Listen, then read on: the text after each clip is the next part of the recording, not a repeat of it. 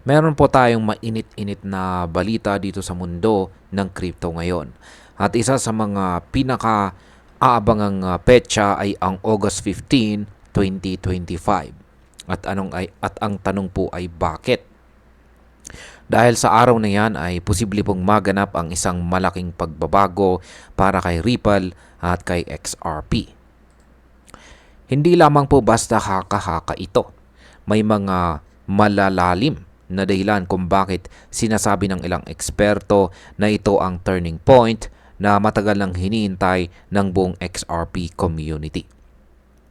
Ngayon pong buwan ng July ay nakita natin ang kakaibang galaw sa presyo ng XRP.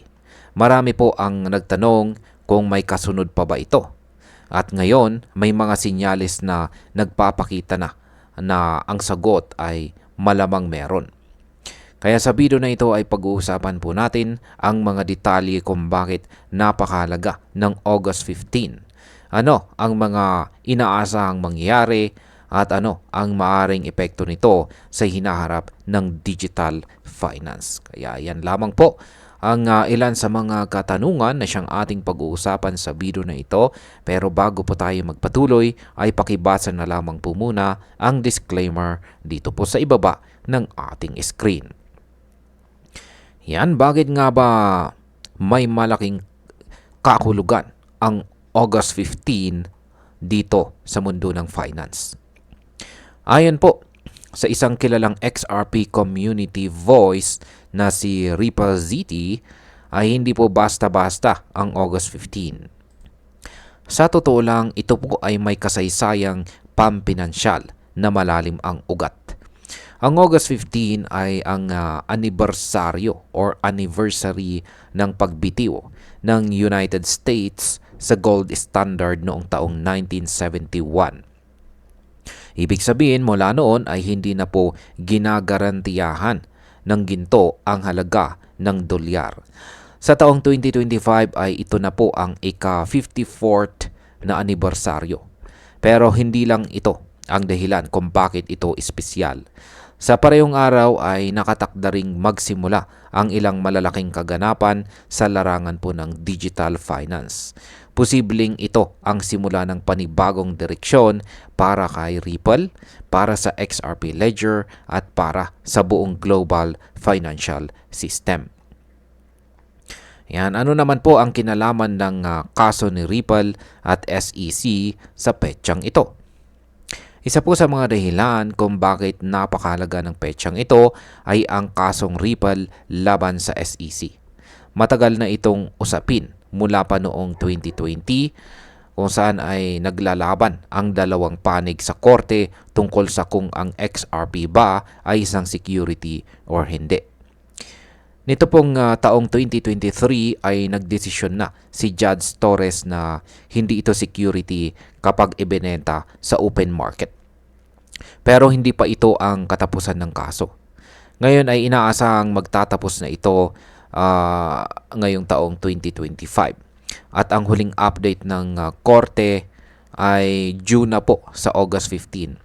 Ayon po kay Ripple ZT ay hindi raw aksidente ang pagka-delay ng kasong ito. Para sa kanya ay maaring sinadya ito upang bigyan ng panahon ang mga traditional banks at saka institutions upang makapaghanda sa pag-shift sa blockchain-based na infrastructure. Ngayon na lumalaban na si Ripple para sa isang US banking charter at malapit na po ang desisyon, posibleng sa August 15 na rin ito ipahayag. Ano naman po ang papel ng BRICS sa petsang ito? Ayan, hindi lamang ito tungkol kay Ripple at ang SEC. Isa pong malaking kaganapan na rin ang gaganapin mula po August 9 hanggang August 15 sa Kazan, Russia. At ito po ay ang BRICS Road Rally Summit. Ang summit na ito ay para po sa mga bansang BRICS. Yan po ay ang Brazil, Russia, India, China at South Africa na ngayon ay tinutulungan na rin ng iba pang mga emerging economies. At ang layunin, ang paglayo sa domination ng US dollar. Tinatawag po ito ng ilan bilang de-dollarization.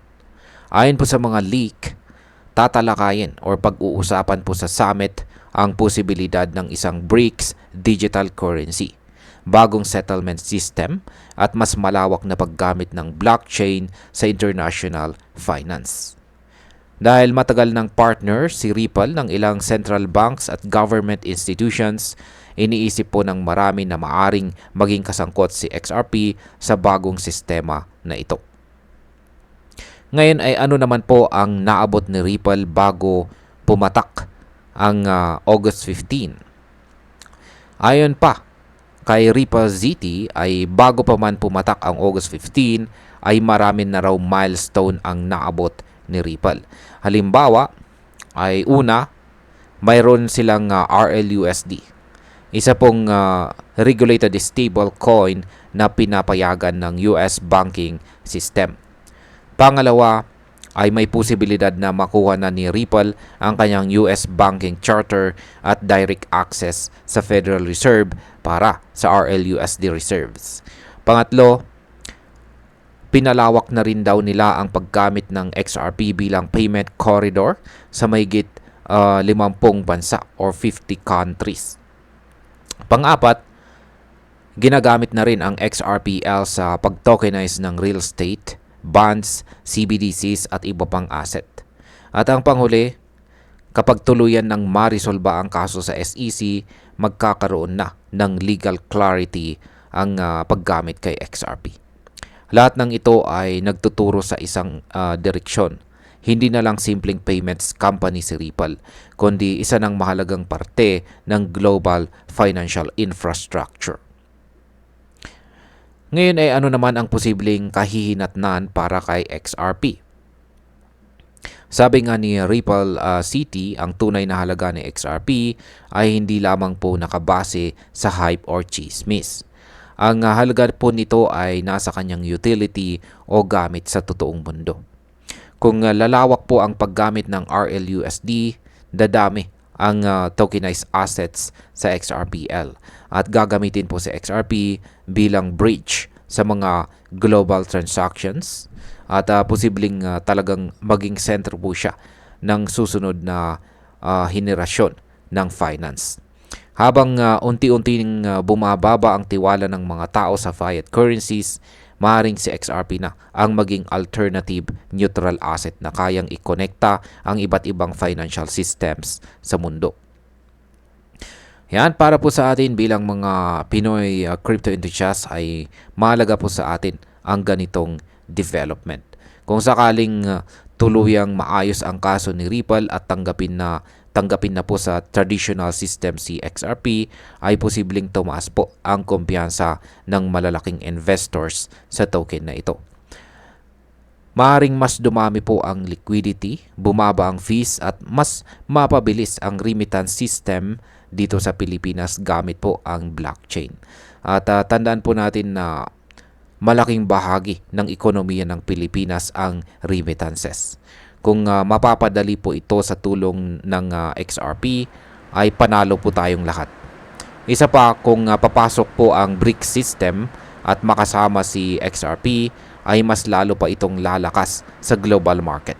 Posible pong sumabay ang presyo sa mga bullish prediction, lalo na kung makuha niya ang institutional trust. At bilang panghuli, para po sa akin ay napakahalaga ng August 15, 2025. Hindi ito ordinaryong petsa. Isa po itong convergence ng maraming malalaking event na pabor po kay XRP.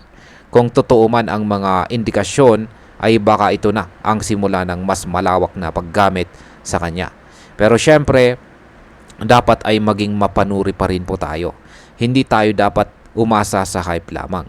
Dapat ay basehan natin ay ang ating desisyon sa mga konkretong developments at tamang research. Pero sa ngayon, mukhang nakaposisyon na po si XRP para sa isang major breakout.